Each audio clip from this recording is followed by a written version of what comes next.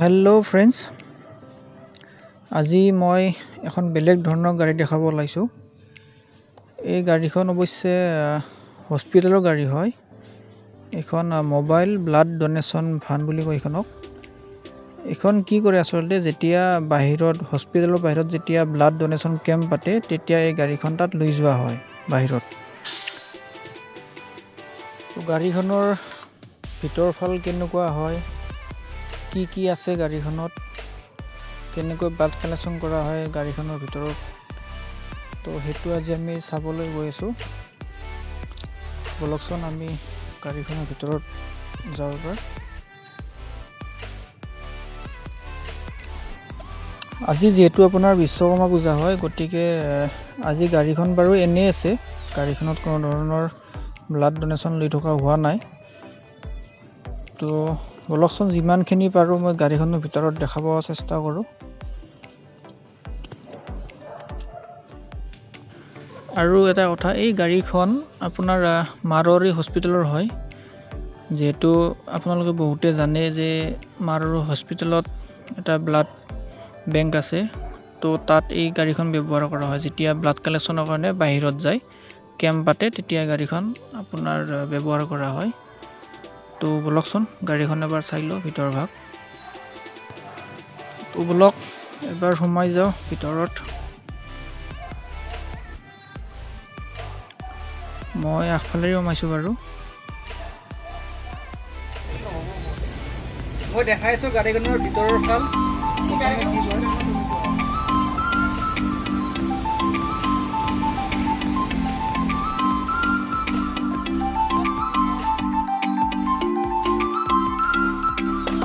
তো গাড়ীখনৰ ভিতৰৰ ভাগটো দেখিবলৈ এনেকুৱা হয়।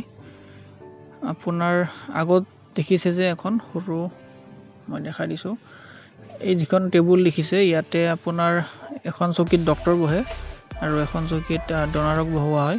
তাত কিবা সুধিব লগা হ'লে ডক্তৰে তাত ডনাৰৰ পৰা সুধি লয়, বা কালেকশ্যন কৰাৰ আগে আগে সুধিব লগা হয়। আৰু এনেকৈ আপোনাৰ 3খন বেড আছে ইয়াতে। 3জন ডনাৰে একেলগে আপোনাৰ ব্লাড ডনেট কৰিব পাৰে, একেবাৰে 3জনে। আৰু ধুনীয়াকৈ আপোনাৰ ফেন লাইটৰ ব্যৱস্থা আছে, এচিৰ ব্যৱস্থা আছে। ইয়াতে আপোনাৰ ব্লাড ডনেট কৰাৰ পিছত ইয়াতে বহি কিনে ৰেষ্ট ল'ব পাৰে ডনাৰবিলাকে। খোৱা পানীৰ ব্যৱস্থা ৰাখিছে, বেচিনৰ ব্যৱস্থা ৰাখিছে। যেন এটা আপোনাৰ ৰুমৰ ভিতৰত থকা যেন লাগে, গাড়ীৰ ভিতৰত থকা যেন অনুভৱ নহয় বাৰু। ধুনীয়া ঠাণ্ডা লাইটিং,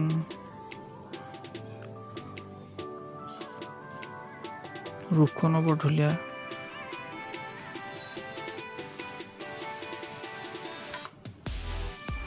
ইয়াতে এটা আপোনাৰ সৰুকৈ ফ্ৰিজো ৰাখিছে, ৰেফ্ৰিজাৰেটৰ।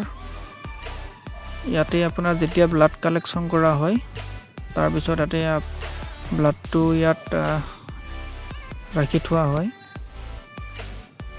লগতে ইয়াতে অক্সিজেনৰ ব্যৱস্থা ৰাখিছে, ডাষ্টবিন।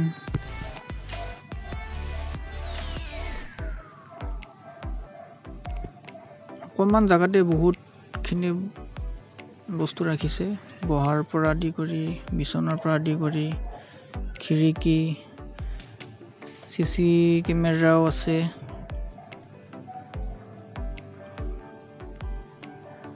বৰ ধুনীয়া এটা ভিউ হয় ভিতৰৰ ফালটো। লগতে ইয়াতে এটা চাব লগা বস্তু, ইয়াত এক্সট্ৰাকৈ আপোনাৰ এটা স্প্লিট এচিও দিছে। গাড়ীতটো বাৰু থাকেই এচি, কিন্তু ইয়াতে এক্সট্ৰাকৈ এটা আপোনাৰ স্প্লিট এচিও দিছে। ইয়াতে একদম লাক্সাৰী ফিল এটা হয় ইয়াতে সোমালে। লাইটিঙৰ বৰ ধুনীয়া ব্যৱস্থা আছে আৰু দেখিবলৈ বৰ ধুনীয়া হয়। এইবিলাক ফুল চুল ৰাখি থৈ দিছে ইয়াতে। তো ভিউটো এটা বৰ মজা লগা ভিউ হয়।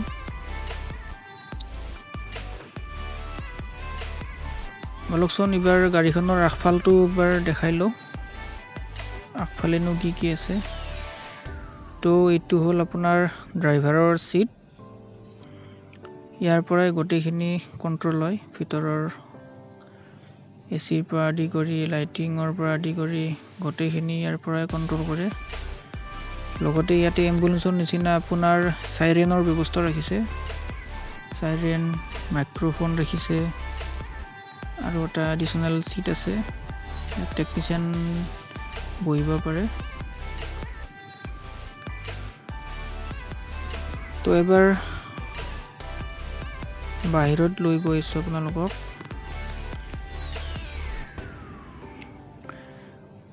বাহিৰৰ ফালে এটা চাব লগা বস্তু আছে এটা দেখাই লৈছো আপোনালোকক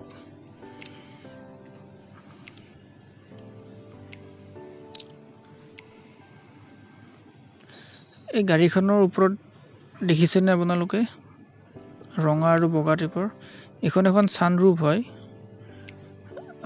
যেতিয়া কেম্প পাতিলে এইখন টানি দিয়া হয় তাত যাতে ৰ'দ বা বৰষুণ নপৰে যিখিনি মানুহ আহে আৰু তাত বহি থাকিব পাৰে তলত তো বাহিৰৰ পৰা গাড়ীখন দেখিবলৈ বৰ ধুনীয়া হয়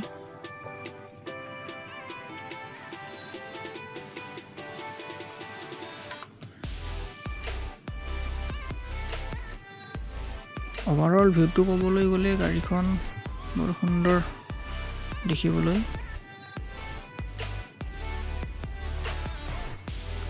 পিছফালটো দেখালো বাৰু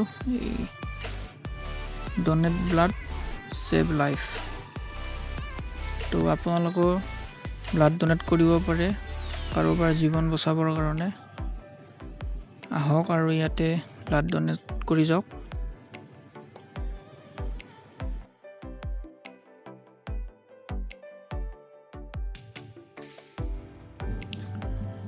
গাড়ীখনৰ ভিতৰত আৰু এটা ব্যৱস্থা আছে ইয়াতে এটা জেনেৰেটৰ ব্যৱস্থা কৰা হৈছে ইয়াতে দেখিছে যে ইয়াতে আপোনাৰ বাৰু এটা লক কৰা আছে ইয়াৰে ভিতৰত এটা জেনেৰেটৰ আছে ইয়াতে আছে আপোনাৰ এসি আউটডোৰ তো যেতিয়া কেম্প পাতে এটা খুলি দিয়া হয় দৰজা দুখন আৰু তাৰ পৰা জেনেৰেটৰ আৰু এসিৰ ব্যৱস্থা কৰা হয় তো